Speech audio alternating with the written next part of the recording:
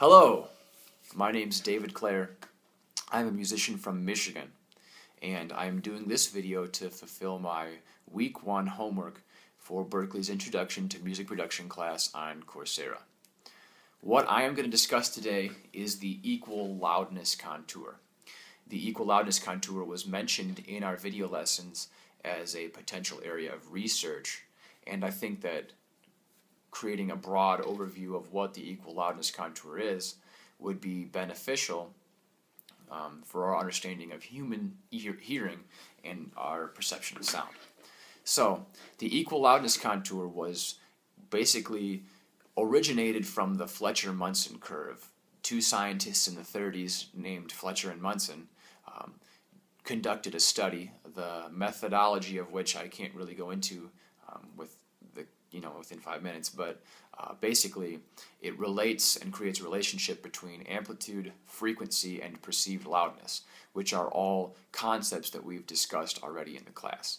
So to begin relating these, I need to describe first of all what sound is. And sound is a change in air pressure levels. Air is the medium, and as the pressure changes, compresses and rarefacts, your ear is a transducer, and it converts that to sound information in your brain. The second one would be amplitude.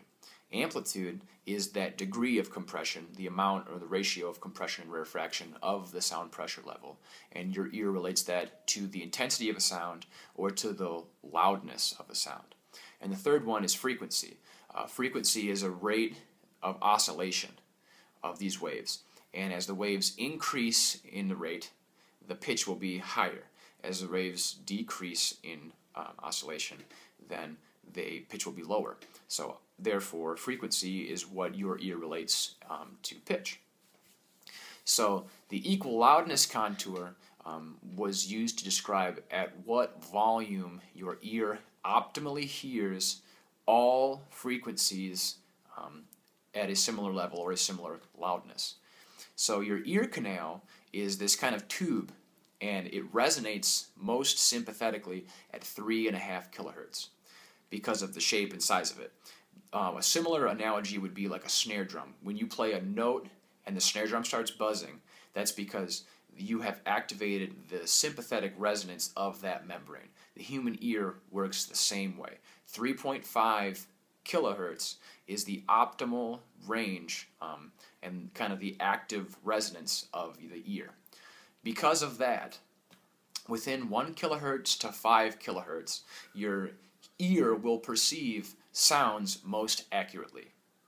So frequencies that are at the extremity, like high-pitched frequencies in the treble or the low-pitched bass frequencies, those are going to require an additional amount of amplitude or amplification in order to be perceived as loudly and as clearly as those within the 1 to 5 kilohertz range.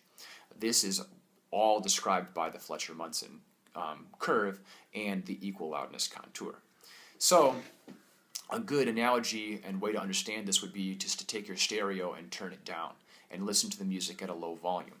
You will not hear as rich and as full of a sound spectrum because of the fact that those bass frequencies are not being properly amplified, and they're not reaching your ear at the same rate of intensity or resonance as those within the 1 to 5 kilohertz region that your ear is so sympathetic towards.